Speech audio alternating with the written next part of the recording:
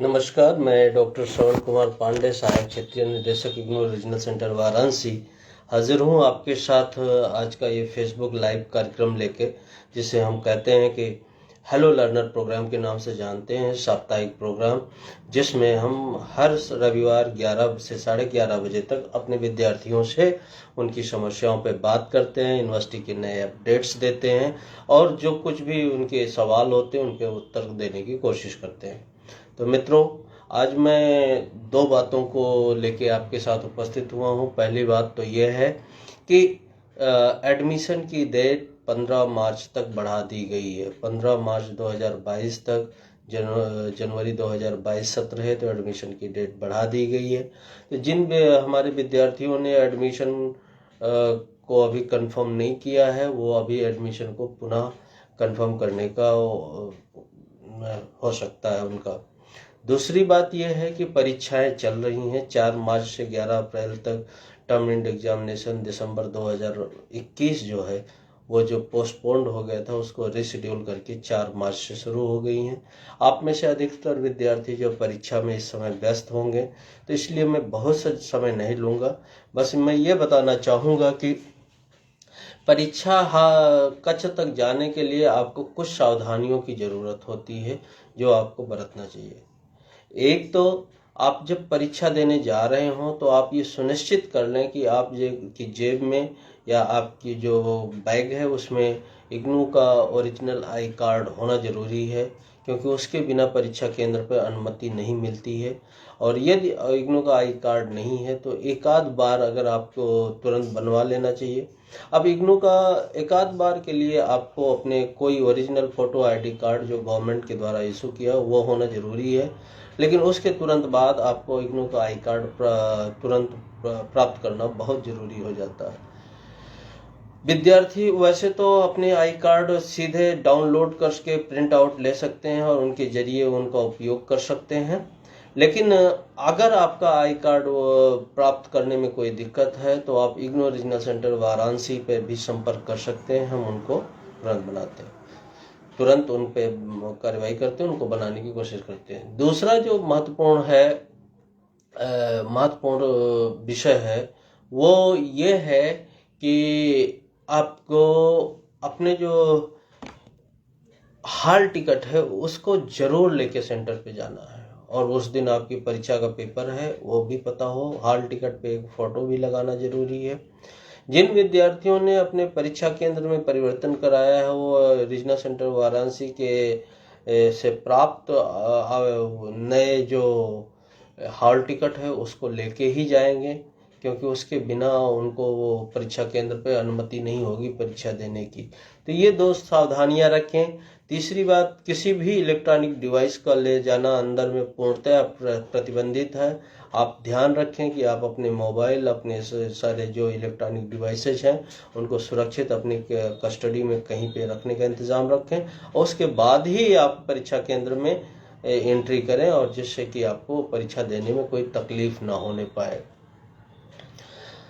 तीसरी बात यह है कि परीक्षा के दौरान किसी भी तरह की सामग्री का उपयोग जो कि रिटन मैटर है, चाहे आपके विषय से संबंधित हो या ना हो, आप परीक्षा के कक्ष में लेके जाते हैं तो आप पे कार्यवाही की जा सकती है। आपको अनफेयर मीन्स के अंदर में बुक किया जा सकता है, और उसका परिणाम यह होगा कि आप आने वाले 2 सत्रों में और एग्जाम देने लायक नहीं रहेंगे, परीक्षा की अनुमति नहीं रहेगी। तो ऐसे में आप कोशिश करें परीक्षा की शुचिता और संचिता को बनाए रखने के लिए आप जरूर अपने को सहयोग करें, और अपने पूर्ण सहयोग के जरिए हमको भी लाभान्वित करें। नाइक A++ रेटिंग के विश्वविद्यालय को अपनी इसी गुणवत्ता की वजह से विश्व स्तर पर जाना जाता है। मित्रों, आप काफ़ी लोग हमसे जुड़ चुके हो और मैं आप सबका अभिनंदन करता हूं, स्वागत करता हूं। और अब आशीष रंजन वर्मा जी पूछ रहे हैं कि सत्रीय कार्य जमा करने की तिथि के विस्तार के बारे में बताएं। तो सत्रीय कार्य जमा करने की तिथि 31 मार्च तक है ही है, जून 2022 टर्म एंड एग्जामिनेशन के लिए।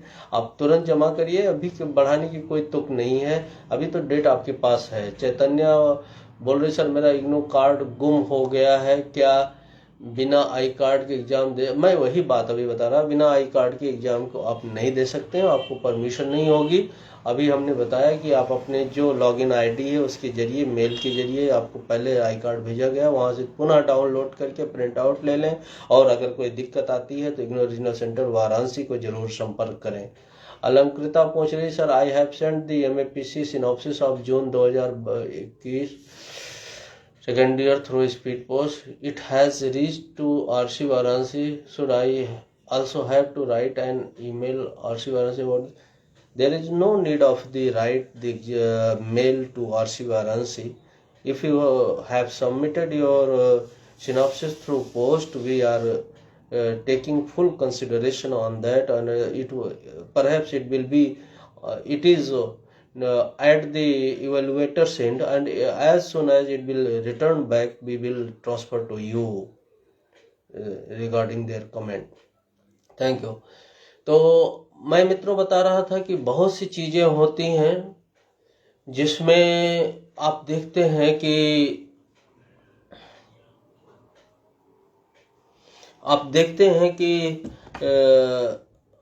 आपको परीक्षा केंद्रों पे परेशानियां हो जाती। मैं उन्हीं के बारे में थोड़ी बहुत बात कर रहा हूँ।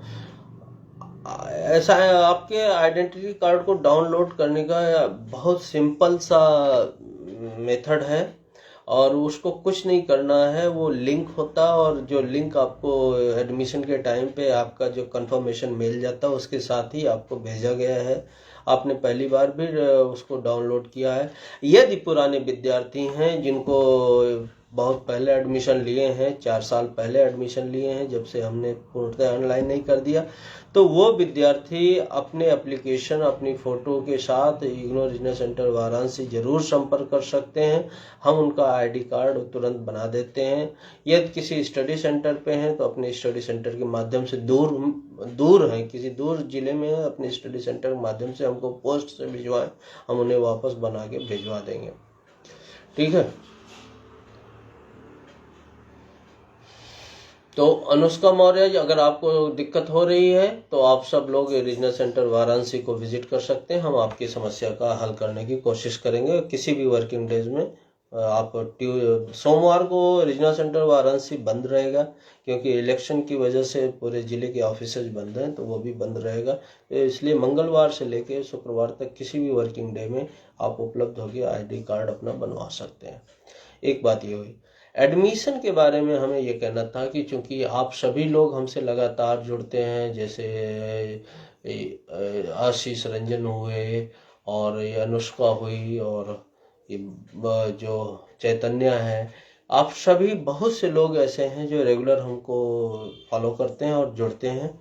मैं आप सभी से आग्रह करता हूं कि आप ये बात अपने सोशल मीडिया के जरिए इस वीडियो को शेयर कीजिए, अधिक से अधिक लोगों तक पहुंचे जिससे ये। और अगर कोई व्यक्ति जो इस सत्र में एडमिशन नहीं पाया है या एडमिशन लेने का इच्छुक है, किसी कारणवश प्रवेश में कहीं समस्या है, तो अपना प्रवेश 15 मार्च के पहले सुनिश्चित कर सके, इसका आप कोशिश करें। तो मैं आप सभी को ये शुभकामनाएं देता हूं कि आप एग्जाम बहुत बढ़िया से दें और आपके बहुत अच्छे नंबर आए। आपको पता है कि हम लोगों ने जब कई बार बात की तो आपको पढ़ाई करने के टिप्स भी बताए थे कि आप अच्छे नंबर कैसे प्राप्त कर सकते हैं। आज मैं फिर से उन बिंदुओं पे थोड़ी सी चर्चा करूंगा कि आप देखिए, जैसे आपके पास जो सेल्फ लर्निंग मटेरियल है उसकी बाईं और दाईं तरफ काफ़ी स्पेस है। आपने जब पहली बार पढ़ाई की होगी तो उसमें कुछ क्वेश्चन, कुछ जो बातें समझ नहीं आई होंगी उनको लिखा होगा, और उनके हिसाब से आपने उत्तर तैयार किए होंगे। आपके सेल्फ असेसमेंट क्वेश्चन जो एसएक्यू हैं, वो आपने छोटे छोटे क्वेश्चन बीच में दिए होंगे, उनके थ्रू भी गए होंगे। हमें पूरा विश्वास है आपने तैयारी कर ली होगी। लेकिन अब चूंकि मटेरियल इतना ज़्यादा है कि आप एक साथ उनकी पढ़ाई करके आप सारे चीज़ एक साथ तैयार नहीं कर सकते। तो मेरी आपको राय है कि ignu.ac.in जो मेरा वेबसाइट, हमारे इग्नू का वेबसाइट है, उस पे जाएं और डाउनलोड सेक्शन में जाएं। डाउनलोड सेक्शन में नीचे जाएं तो आपको एक क्वेश्चन पेपर करके आइकॉन दिखाई देता है, उसको क्लिक करें। उस क्वेश्चन पेपर आइकॉन के अंतर्गत तो करीब कई वर्षों के क्वेश्चन पेपर्स वहाँ पे अपलोड किए गए हैं। वो जो अपलोडेड क्वेश्चन पेपर हैं उनको डाउनलोड करें और आप उनको पैटर्न को देखें कि कौन से क्वेश्चन बार बार रिपीट हुए हैं। कम से कम 5-7 सत्र के क्वेश्चन पेपर डाउनलोड करके उन पैटर्न के हिसाब से उनकी एक फ्रीक्वेंसी बनाएं कि ये ज़्यादा महत्वपूर्ण है, ये कम महत्वपूर्ण है, ये कैसे है। आप देखेंगे कि आपको ज़्यादातर कई क्वेश्चन ऐसे मिलेंगे इंपॉर्टेंट जो कई वर्षों में रिपीट आते रहे हैं एक आध सेशन छोड़ के। तो ऐसे सारे क्वेश्चन को आप डाउनलोड करके उनका लिस्ट बना लीजिए और उन बिंदुओं पे उन तरह के प्रश्नों को आप ज़्यादा ध्यान से करें। दूसरा, जो भी आपने असाइनमेंट लिखा है, अगर आपने असाइनमेंट वापस ले लिया अपने रीजनल स्टडी सेंटर से, उन असाइनमेंट के जरिए आप पढ़ें और वो क्वेश्चंस को करें। आमतौर पे हम लोगों ने एक्सपीरियंस से देखा है, कोई हार्ड एंड फास्ट रूल नहीं है, 30 से 40% क्वेश्चन जो असाइनमेंट के वो आपके फाइनल टर्म एग्जामिनेशन में रिपीट होते हैं। और उनकी तैयारी आपकी, चूंकि आपने लिखा है, उनके बारे में मेहनत की है, तो आपको पहले से मालूम है, आपको ज़्यादा तैयारी नहीं करनी पड़ेगी, आपके क्वेश्चन पुनः रिवीजन के जरिए तैयार हो जाएंगे। तो ये छोटी छोटी टिप्स है जिनको आप करके आप अपनी पढ़ाई के अच्छे नंबर प्राप्त कर सकते हैं और करें। लिखते हुए जरूर ध्यान रखें, प्रश्न संख्या ऊपर डालें और उनको ठीक से डालें, स्पष्ट डालें। और नीचे लिखते हुए पहले तो क्वेश्चन का जो प्रश्न का मजमून है, अगर उसमें पूछा गया है, डेफिनेशन पूछी गई या क्या है, क्वेश्चन है कोई कि फला चीज़ क्या है, तो आप उनके बारे में संक्षिप्त में उनके विवरण दें। मेन बॉडी जो आंसर का होगा उसमें डिटेल्स में थोड़ी अपनी बात रखें और फैक्ट्स को ही रखें ज़्यादातर। अपने प्रश्न लिखते हुए उदाहरण जो चुने उनमें कोशिश करें कि आपके रियल लाइफ के भी उदाहरण हों, आपके अपने अनुभव हों, या आप जो आसपास देखते हो उन तरह के उदाहरणों को भी शामिल करेंगे तो आपके आंसर ज़्यादा प्रभावशाली ढंग से बन पाएंगे और आप ज़्यादा नंबर उठा पाएंगे। आपको पता है कि कई विद्यार्थियों ने पूर्णतः प्राप्तांक भी प्राप्त करते हैं विघ्नों में, और बहुत विद्यार्थी जो है पासांक भी नहीं प्राप्त कर पाते हैं।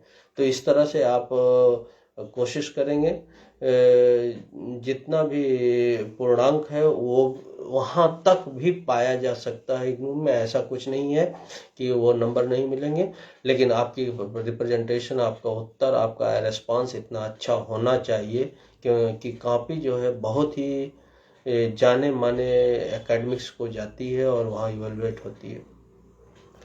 एडमिशन के संबंध में मैं ये बताना चाहूँगा कि इंदिरा गांधी राष्ट्रीय मुक्त विश्वविद्यालय 4 तरह के कार्यक्रमों का संचालन करती है। एक तो पीजी लेवल के, जिसे मास्टर प्रोग्राम्स कहते हैं, और मास्टर प्रोग्राम से master of science, master of art, 2 तरह के प्रोग्राम्स हमारे पास चलते हैं। तो ये सारे प्रोग्राम्स हैं। दूसरी हैं बैचलर प्रोग्राम्स, जो कई बैचलर प्रोग्राम्स हैं जो जनरल कहलाते हैं, जैसे बीएजी, बीकॉम जी, बीएससी जी, ये सब जनरल प्रोग्राम है। कुछ ऑनर्स के भी प्रोग्राम्स हैं, वो भी इग्नू द्वारा संचालित किए जाते हैं। तो ऑनर्स के प्रोग्राम में भी बच्चे एडमिशन्स ले सकते हैं। तो ये बैचलर प्रोग्राम्स हो गए। और तीसरी कैटेगरी जो होती है diploma and post graduate diploma की। तो डिप्लोमा प्रोग्राम में 12वीं पास की अहर्ता होती है। जो विद्यार्थी 12वीं पास कर लिए वो डिप्लोमा प्रोग्राम्स कर सकते हैं। और पोस्ट ग्रेजुएट डिप्लोमा प्रोग्राम वो विद्यार्थी कर सकते हैं जो स्नातक स्तर की डिग्री प्राप्त कर चुके हैं। तो इन दोनों तरह के डिप्लोमा प्रोग्राम्स और पोस्ट ग्रेजुएट डिप्लोमा प्रोग्राम्स ये अमूमन 1 साल के प्रोग्राम होते हैं, 1 वर्ष के प्रोग्राम होते हैं, जिनको हमारे विद्यार्थी कर सकते हैं। और चौथी कैटेगरी जो है वो सर्टिफिकेट प्रोग्राम्स की है। सर्टिफिकेट प्रोग्राम्स भी बहुत तरह के सर्टिफिकेट प्रोग्राम्स हैं जो आपको ऑफर पे रहते हैं। और ये सारे प्रोग्राम्स की जानकारी के लिए आप ignou.ac.in पे जाके डाउनलोड सेक्शन में जाएंगे और कॉमन प्रॉस्पेक्टस जनवरी 2022 सत्र को आप डाउनलोड कर लेंगे और उसके हिसाब से प्रोग्राम्स देखेंगे। प्रोग्राम की विस्तृत जानकारी के लिए आरसी वाराणसी की वेबसाइट जो है rcvaranasi.ignou.ac.in भी विजिट कर सकते हैं।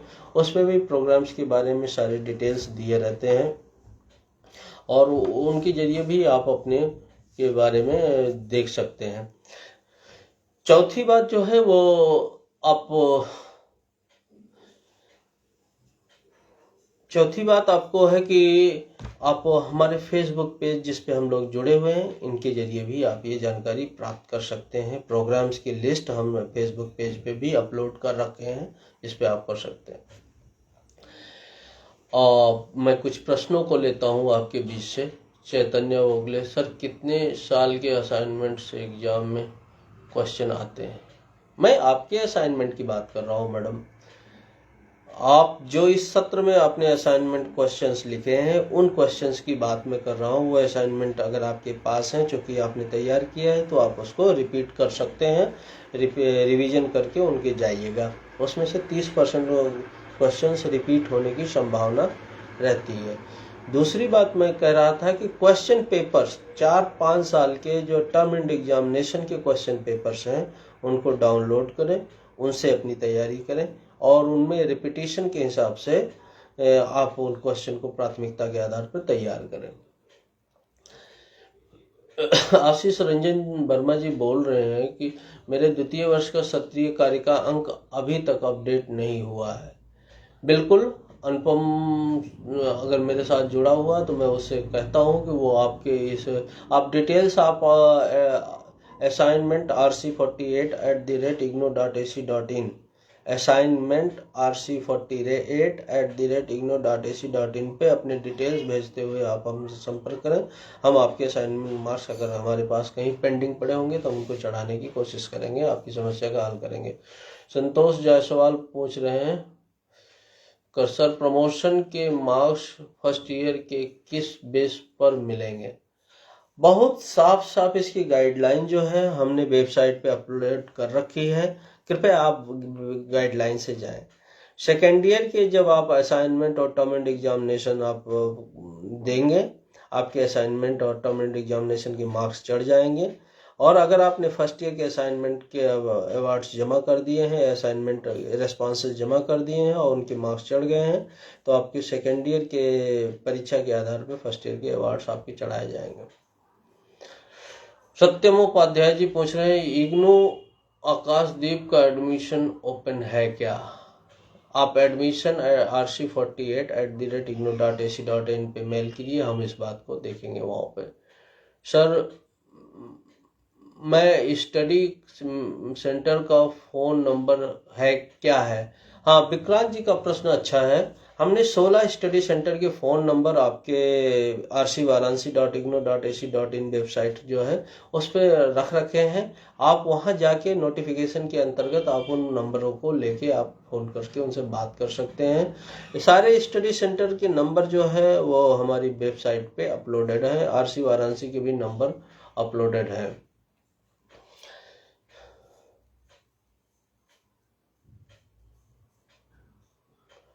बिल्कुल विक्रांत सिंह, आप मऊ पे DCSK कॉलेज पे हमारा सेंटर है और आप जाइए, वहाँ आकांक्षा राय जी हैं, वो आपको मिलेंगी, आपकी समस्या को सुनेंगे। संतोष जायसवाल, जुलाई 2020 एडमिशन का इस सेशन का एग्जाम कब होगा? जो जुलाई 2020 सेशन के जो विद्यार्थी हैं जिनके सेमेस्टर सिस्टम के एग्जाम थे वो तो अभी चल रहे हैं, और जो विद्यार्थी जुलाई 2020 सत्र में एडमिशन लिए होंगे वो सेकेंड ईयर या थर्ड ईयर में सेकेंड ईयर में पहुंच रहे होंगे। अगर ग्रेजुएट स्तर के प्रोग्राम के हैं तो वो सारे विद्यार्थी अभी जून 22 वाले जो परीक्षा आयोजित होने वाली, जून 2022 सत्र हेतु जो टर्म एंड एग्जामिनेशन आयोजित होने वाला है उसका लिंक आएगा एग्जाम फॉर्म भरने का। उस समय एग्जाम फॉर्म भरेंगे और परीक्षा में सम्मिलित हो पाएंगे। रागिनी राजभर पूछ रही कि सर ID कार्ड कहाँ से मिलेगा? रागिनी, अभी हमने विस्तार से बताया कि आपके ID कार्ड आपकी मेल के जरिए आपके लिंक भेज दिया जाता है, उससे डाउनलोड करिए। कोई दिक्कत है तो एडमिशन rc48@igno.ac.in पे मेल कीजिए, फोटोग्राफ के साथ और एक अपने रजिस्ट्रेशन डिटेल्स के साथ आप RC पे संपर्क करेंगे तो हम ऑफलाइन भी आपका ID कार्ड बनवा देंगे। 35th कन्वोकेशन का डेट अभी नहीं डिसाइड हुआ है आतिफ आलम जी, और जैसे डिसाइड होगा हम इसी फेसबुक पेज पे और RC वाराणसी के मेरे वेबसाइट पर दोनों सूचनाएं अपलोड कर देंगे। आप लोगों से एक रिक्वेस्ट है कि आप जो इन्फॉर्मेशन आपको लगती है कि आपके लिए उपयोगी है, उन इन्फॉर्मेशन का फ़ायदा उठाएं और उनको शेयर भी करें, क्योंकि फेसबुक और सोशल मीडिया का महत्व जो यही है कि अगर हमारे जो विद्यार्थी हैं वो अगर इसको शेयर करते हैं तो उसकी रीच बहुत बढ़ जाती है, और रीच बढ़ने से each and every student benefited होता है, या जो एजुकेशन का एस्पिरेंट्स है, जिनको शिक्षा पाने की आकांक्षा है, वो लोग भी इससे जोड़ने करते हैं। इंदिरा गांधी राष्ट्रीय मुक्त विश्वविद्यालय नेशनल यूनिवर्सिटी होते हुए भी इंटरनेशनल जुरिडिक्शन में काम करता है, कई देशों में एक साथ काम कर रहा है, और उनके साथ ही ये शिक्षा को हर व्यक्ति तक पहुंचाना सुनिश्चित करने का प्रयास करता है। ये एक ज्ञान का महायज्ञ है, और मैं सभी विद्यार्थियों से निवेदन करता हूं कि आप भी इस ज्ञान के महायज्ञ में अपनी भूमिका निभाएं। समाज के अंतिम पायदान तक सूचनाओं को प्रेषित कराने में सोशल मीडिया के इस उपयोग को बढ़ावा दें। अपने इस वेबसाइट को अपने शेयर करें, ज़्यादा से ज़्यादा शेयर करें, ज़्यादा से ज़्यादा लोगों तक पहुँचे। मित्रों, मैं एक बात जानता हूँ कि अगर हम लोग मिल के इस शिक्षा के जो अभियान को ऊपर चढ़ाते हैं तो ज़रूर एक न एक दिन हमारा देश जो है सुशिक्षित देश 100% लिटरेसी का टारगेट प्राप्त कर पाएगा, और देश के दुनिया के दूसरी सबसे बड़ी पॉपुलेशन वाली एक कंट्री दुनिया के एक रास्ता दिखाएगी कि किस तरह से हम अपने देश को, अपने समाज को मजबूत कर सकते हैं और लोगों को सुशिक्षित करके उनको एक जिम्मेदार नागरिक बना सकते हैं, देश के विकास में अपना योगदान दे सकते हैं। मित्रों, कल मतदान का भी दिन है, और बनारस और उसके आसपास के ज़िलों में मतदान 7 मार्च को सुनिश्चित हुआ है। मेरी आप सबको सलाह है कि अधिक से अधिक संख्या में आप लोग या हर विद्यार्थी जो हमारे साथ जुड़ा है वो ज़रूर मतदान करें, क्योंकि आप पढ़े लिखे लोगों की यही पहचान होती है कि अपनी एक अच्छी विकासशील, विकास करने वाली और समाज सेवा से जुड़ने वाली और हमारे हित के लिए जो भी अच्छी सरकार बन सके उसको बनाने में हम अपना योगदान दें और अपनी भूमिका अदा करें। तो इस तरह से हम देश को एक अच्छे लोकतंत्र के तौर पर परिपूर्ण कर पाएंगे और देश को आगे बढ़ा पाएंगे। मैं इन्हीं शब्दों के साथ आज की ये अपनी फेसबुक लाइव कार्यक्रम को यहीं पे समाप्त करता हूँ। आगे फिर हम किसी और विषय के साथ अगले रविवार को आपके प्रश्नों के साथ जुड़ने की कोशिश करेंगे। आशीष रंजन बर्मज कह रहे हैं कि मैं व्हाट्सएप ग्रुप के माध्यम से प्रयत्नशील हूँ। बहुत बढ़िया कर रहे हैं आशीष जी। और हम लोग जो है ऐसे विद्यार्थी जो अपने ज़्यादा से ज़्यादा हमको शेयर करेंगे, हम एक इनोवेशन क्लब बनाए हुए हैं। रीजनल सेंटर वाराणसी का इनोवेशन क्लब है, जिसका हम अगले सप्ताह एक मीटिंग करने वाले हैं। हम आप लोगों को इनोवेशन क्लब से जोड़ने की कोशिश करेंगे, जिससे हमारे विद्यार्थियों का एक सम्मान भी बढ़े और इनोवेशन क्लब में वो अपने जो नए नए खोज होती है, नए नए तरीके होते हैं, कैसे हम कोई चीज़ को, शिक्षा को और समुन्नत कर सकते हैं, कैसे अपने विद्यार्थियों को अधिक सहायता दे सकते हैं, इस पर विचार विमर्श और चर्चाएं करते हैं। तो गूगल मीट के जरिए वो मीटिंग हम करेंगे, जिसमें हम आप सभी जो विद्यार्थी हमसे जुड़ते हैं हम आपको कॉल करेंगे और हम सब जुड़ के वहाँ पे एक विशेष बैठक में अपने किसी वक्ता को सुनेंगे और साथ ही साथ करेंगे। तो इनोवेशन क्लब एक हमारी नई पहल है जो आपके साथ शुरू करने वाले हैं। हम आप सबको उससे जोड़ेंगे। जी बहुत बहुत धन्यवाद। सुरक्षित रहिए, घर पे रहिए।